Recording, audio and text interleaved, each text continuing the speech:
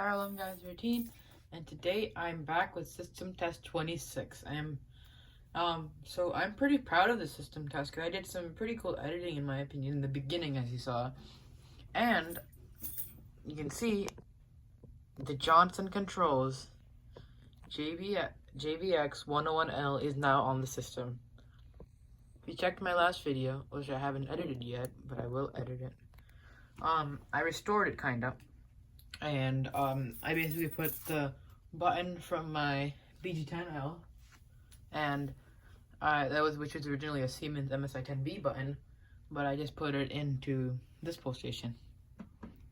So and I kind of fixed the lock on it. I think it's doing okay, but I'll probably replace the lock. The reason I did this is because the BG10 is really annoying to open, and it can get stripped, and I hate that. Excuse me. Oops. And on the right is my Siemens ZHH MCCR. This device is pretty cool. I like it. It is a ceiling mount device, if you can't tell. I have a tripod on me right now. Yep, I got a tripod actually. I got it in the mail today. And the SK2, which is no longer alive. Rest in peace. I mean, no longer works for the alarms, but funny thing about this PlayStation, this was made in 1991, January 10th, 1991, and for some reason it takes a Firelight key, and it also takes a, a notifier key.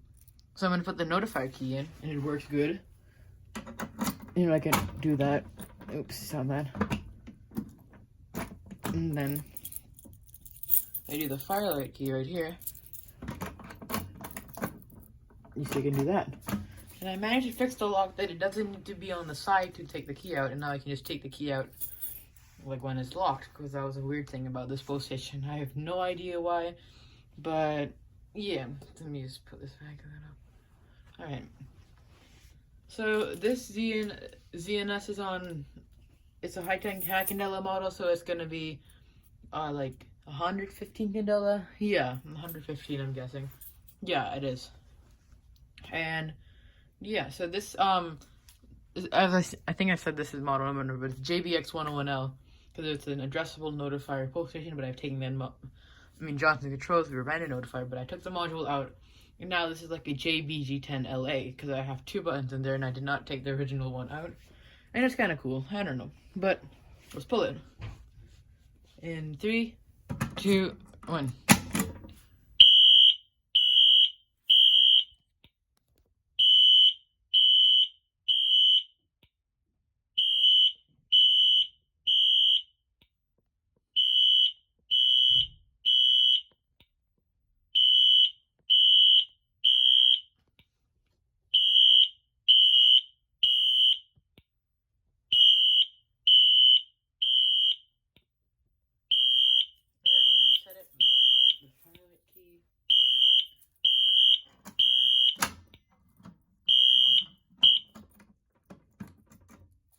Alright, as you saw, there's two buttons. There's the Siemens one and the original button.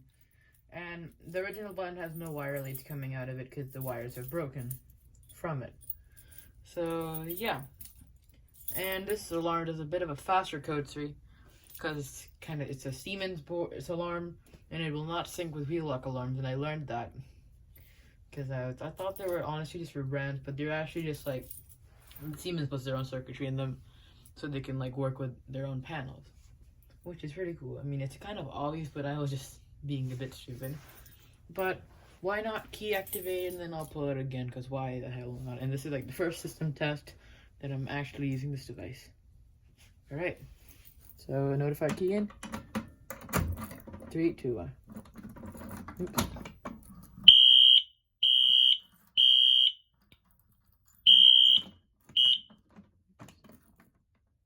Uh-oh. Looks like the lock got a bit stiff again, but it worked for a little while. So I'm just gonna pull it now.